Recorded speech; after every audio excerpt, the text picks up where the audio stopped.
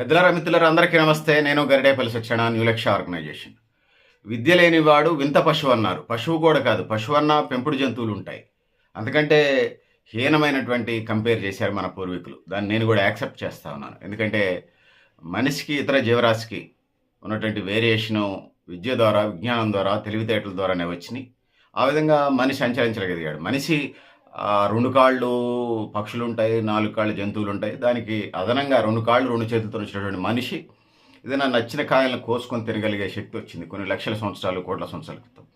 దానివల్ల అదే తెలివి, అది ఏమంటారు, రాయబడినటువంటి పుస్తకాల్లో రాయబడినటువంటి తెలివితేటలతో వచ్చాడు. దాన్ని కాయ కోసుకొని తినటం వల్ల ఎనర్జీ పెరిగింది. ఎనర్జీ పెరిగినప్పుడు పని చేసుకునేవాడు, ఎక్కువ పని చేసేవాడు. ఆ విధంగా కొంచెం కొంచెం లక్షల కోట్ల సంవత్సరాల పాటు ఇదినప్పుడు బ్రెయిన్ పెరిగింది. బ్రెయిన్ మెడ పైన ఉంటుందిలేండి. బ్రెయిన్ నేను మీకు ఐడియా కోసం చూపిస్తున్నాను. తలలో ఉండేటువంటి బ్రెయిన్ మెడ పైన ఉంటుంది బ్రెయిన్. సో ఈ బ్రెయిన్ పెరగటం వల్ల ఆ విధంగా ఇదయ్యాడు. ఆధునిక సమాజానికి, నవనాగరిక నిర్మాణానికి ఒక సింబాలిక్, ఒక లోగో ఎడ్యుకేషన్, విద్య. సో దీన్ని ప్రపంచంలో అన్ని దేశాలు, ఆయా దేశాల్లో రాష్ట్రాలు, క్రింది స్థాయి గ్రామాలు, గూడాలు దాకా, ఆదివాసీ గూడాలు, ఎస్సీ కాలనీలు, బీసీ కాలనీలు దాకా, ఆ గ్రామాల్లో ఉన్న అట్టడుగు వర్గాలకు దాకా ఇలా ఎడ్యుకేషన్ ఇలా చాలా నీడ్ అయి కూర్చుంది. దేశంలో ఫ్రీ ఎడ్యుకేషన్ అనేది ఇలా ప్రధానమైనటువంటి డిమాండ్గా ఉన్నది. ప్రైమరీ స్కూల్, యూపీఎస్, జెడ్పీహెచ్ఎస్ అనే కాదు, KG to PG free education ఇవ్వమని చెప్పేసి ప్రభుత్వం నుంచి అడుగుతా ఉన్నాం. విద్యానికి సంబంధించి తను సంపాదించినటువంటి 100 రూపాయలు, 70-80 రూపాయలు రెండింటి మీదనే ఖర్చు చేస్తూ ఉన్నాడు. అంటే 1,00,000 సంపాదిస్తే 70 నుంచి 80 వేలకు పైగా దీనికే కేటాయిస్తూ ఉన్నాడు, ఖర్చు చేస్తూ ఉన్నాడు. అందుకోసం విద్యం ఫ్రీ అనేది డిమాండ్ ఉన్నటువంటి నేపథ్యంలో సో ఫ్రీ ఎడ్యుకేషన్ అందించాల్సిన అవసరం ఉంది. ఇందులో ఇంగ్లీష్ మీడియం ఉండాలనేది, మాతృభాషని ఆయా రాష్ట్రాల్లో ఎవరి మాతృభాషను వాళ్ళు వన్ ఆఫ్ ద సబ్జెక్ట్గా చేసుకుంటేనే ఇంగ్లీష్ విద్యను కూడా చేయాల్సిన అవసరం ఉన్నది. సో అయితే ఇవాళ మరి లైబ్రరీలు ఉన్నాయా, ల్యాబ్లు ఉన్నాయా, ప్రభుత్వ విద్యారంగాలకు సంబంధించి అనేది కొన్ని చోట్ల ఉన్నాయి, కొన్ని చోట్ల లేవు. పౌర విద్యార్థి సంఘాలు, ప్రభుత్వం, పాలకులు, అక్కడ ఉన్నటువంటి ప్రజాప్రతినిధులు బట్టి ఆ స్కూల్లో మనగడ ఉన్నది.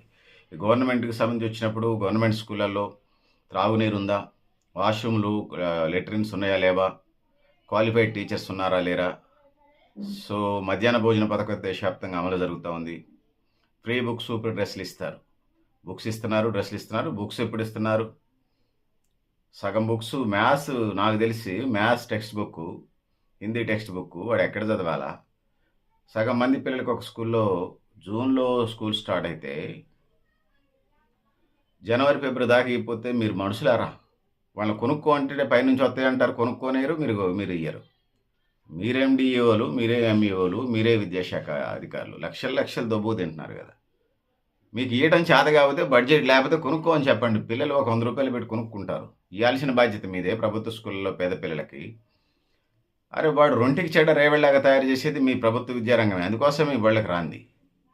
ఇంకా సీరియస్గా అనట్లా. బీపీఎల్ పిల్లలు ఇక్కడికి వస్తూ ఉన్నారు, బిలో పవర్టీలో ఉన్నటువంటి పిల్లలు, ముఖ్యంగా బీసీ, ఎస్సీ, ఎస్టీ పిల్లలు, ఓసీలు ఎవరైనా నిరుపేద పిల్లలు ఎవరైనా ఉంటే అక్కడికి వస్తూ ఉన్నారు. అందరినీ కడుపులో పెట్టుకొని చూసుకోవాల్సిందే. వాళ్ళు మన భవిష్యత్ తరాలు, మన కడుపును పుట్టిన పిల్లల కంటే బాగా చూసుకోవాల్సిందే. సో ఇది పరిస్థితి. ఇక మోడల్ స్కూళ్ళు, ఆదర్శ, కేజీబీవీ, సాంఘిక సంక్షేమ శాఖ, హాస్టల్స్, ఇవన్నీ కూడా అన్ని రకాల హాస్టల్స్ ప్రభుత్వం డే స్కూల్ పిల్లలు కాకుండా హాస్టల్స్ ఏదైతే ఉన్నాయో ఆ హాస్టల్స్ సంబంధించి 100కి 10 నుంచి 15% వెళ్తూ ఉన్నారు. మిగిలినటువంటి 85 నుంచి 90, 75 నుంచి 80% మందికి పైగా, 85 నుంచి 90% మందికి పైగా పిల్లలు డే స్కాలర్స్నే ఉన్నారు. చాలామంది పిల్లలు ప్రైవేట్ సెక్టార్లోకి వెళ్ళిపోతూ ఉన్నారు. ఒకవైపు 1 to 5th అనండి, 1 to 5thకి 2 టీచర్లను పెడతారు. 5 తరగతులకి ఎట్లా చెప్పాలా, ఎంతమందికి చెప్పాలా, అది టైం సరిపోతుందా? టీచర్స్ కొరత ఉన్నది. ఖాళీగా ఉన్నటువంటి టీచర్ పోస్టులను భర్తీ చేయాలి, పీఈటీ పోస్టులను భర్తీ చేయాలి, ఫిజికల్ డైరెక్టర్ పోస్టులను భర్తీ చేయాలి, art, craft, drawing, painting, cultural టీచర్స్ని రిక్రూట్మెంట్ చేసే ప్రయత్నం చేయాలి. ఆ విధంగా ముందుకు పోవాలి.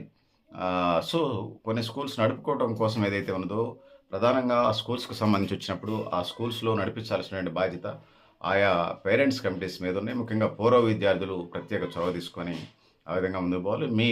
మీ జూనియర్స్, సీనియర్స్లో పూర్వ విద్యార్థులు బాగా ఇన్కమ్ సోర్స్ ఉన్నవాళ్ళు కొంచెం చొరవ చేసి ఆ స్కూల్ బిల్డింగ్స్ నిర్మాణం, minimum current, lab, library, play kits కొని పిల్లలకి క్రికెట్ కిట్సే కాకుండా వాలీబాల్, షటిల్, అవి 4 రకాల గేమ్స్ కిట్స్ కొనిస్తే మీ గ్రామంలో పిల్లలు, మీ స్కూల్లో చదివినట్టు పిల్లలు ప్రయోజకులై నేషనల్ లెవెల్, ఇంటర్నేషనల్ లెవెల్ ఆడటానికి కూడా వెళ్తారు. బీజాలు అక్కడే పడతాయి.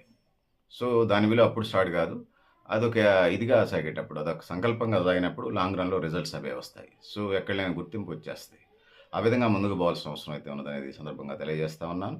ముఖ్యంగా పూర్వ విద్యార్థులు ఎవరైతే ఉన్నారో, పూర్వ విద్యార్థి సంఘాలు పెట్టుకోండి. ఇయాల రేపు వాట్సాప్ గ్రూపులు ఉన్నాయి కాబట్టి పూర్వ విద్యార్థి సంఘాలు పెట్టుకొని, మీ గ్రామ అభివృద్ధి కార్యక్రమాలు కూడా పనికొస్తాయి. ముఖ్యంగా ప్రత్యేకంగా స్కూలుకు సంబంధించింది, పిల్లలకి సంబంధించి ఆ గేమ్స్ యాక్టివిటీస్ ఆ విధంగా హై స్కూల్ ఉందనుకోండి, ఖచ్చితంగా మీ స్కూల్ పిల్లల్ని గేమ్స్ నేర్పి ఇతర స్కూల్స్ వాటిలో ఆడిపించే ప్రయత్నం చేయండి.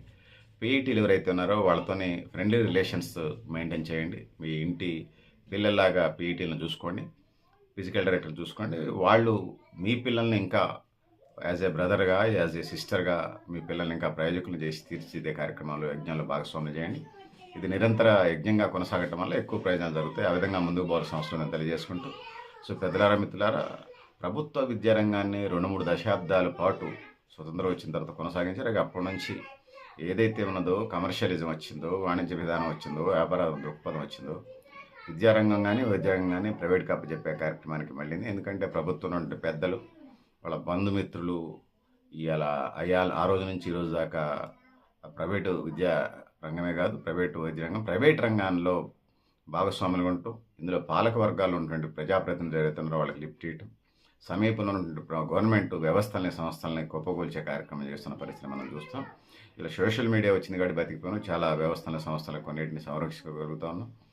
కొంత మిస్యూజ్ అవుతున్న మాట నిజంగానే సోషల్ మీడియా చాలామందికి వాయిస్ వినిపించే అవకాశం కలిగింది అనేది తెలియజేసుకుంటూ, సో పెద్దలారా, మిత్రులారా, మాతృభాషలో విద్యాభ్యాసం చేసుకుంటే English medium, skill development programs, 10వ తరగతి ఫలితాలు, త్రాగునీరు, ఆడపిల్లకి మగపిల్లకి సపరేట్ టాయిలెట్స్, సరిపడా టీచర్స్, పీఈటీ, ఇతర విభాగాలకు సంబంధించి ఫిజికల్ డైరెక్టర్స్తో పాటుగా art, craft, drawing, library maintain చేయటం, 2 పేపర్లు వేయించుకోవటం, కనీసం పిల్లలకి పొద్దాకల అకాడమిక్ బుక్స్తో పాటు ప్రపంచ జ్ఞానం, లౌకిక జ్ఞానం పెరగడానికి లైబ్రరీ అవర్స్ కూడా ఒక 1 అవర్ పెట్టండి.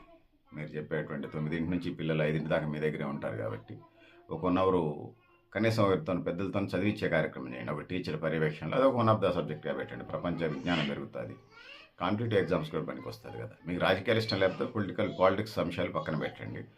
పాలిటిక్స్ డిసిజన్స్ ఏమైనా ఉంటాయి కదా, పాలసీ, విద్యార్థులకు సంబంధించి, వ్యవస్థకు సంబంధించినటువంటి, రాష్ట్రానికి సంబంధించిన, ఈ దేశానికి సంబంధించి అవి చదివించండి. రాజకీయాలు అప్ అండ్ డౌన్స్ మాత్రం తీసి పక్కన పెట్టండి. సో ఆ విధంగా ముందుకు పోవాల్సిన అవసరం ఉందని తెలియజేసుకుంటూ, ముఖ్యంగా పూర్వ విద్యార్థి సంఘాలు చాలా కీలకమైన, క్రియాశీలమైన పాత్ర పోషించాల్సిన అవసరం ఉందని తెలియజేసుకుంటూ, సో పెద్దలారా, మిత్రులారా, మీరు కూడా మీ అభిప్రాయాలు రాయండి. పూర్వ విద్యార్థి సంఘాలే చాలా ప్రధానం.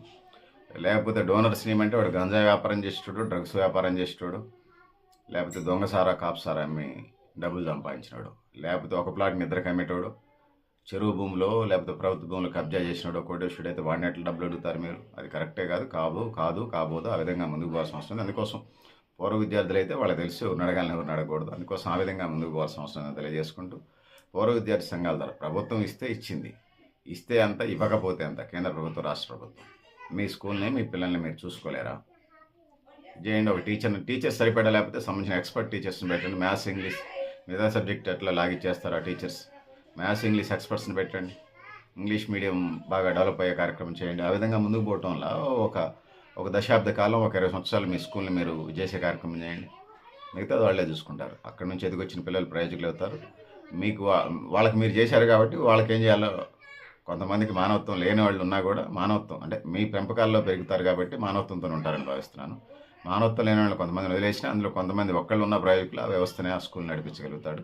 అందుకోసం నేను పూర్వ విద్యార్థి సంఘాలే, నేను 3 సార్లు పూర్వ విద్యార్థి సంఘాలు చెప్తున్నాను. నేను 3 విషయాలు చెప్తాను. 1 పూర్వ విద్యార్థి సంఘం, 2 పూర్వ విద్యార్థి సంఘం, 3 పూర్వ విద్యార్థి సంఘం. సో పూర్వ విద్యార్థి సంఘాలతోనే ముందుకు వెళ్లాల్సిన అవసరం ఉంది.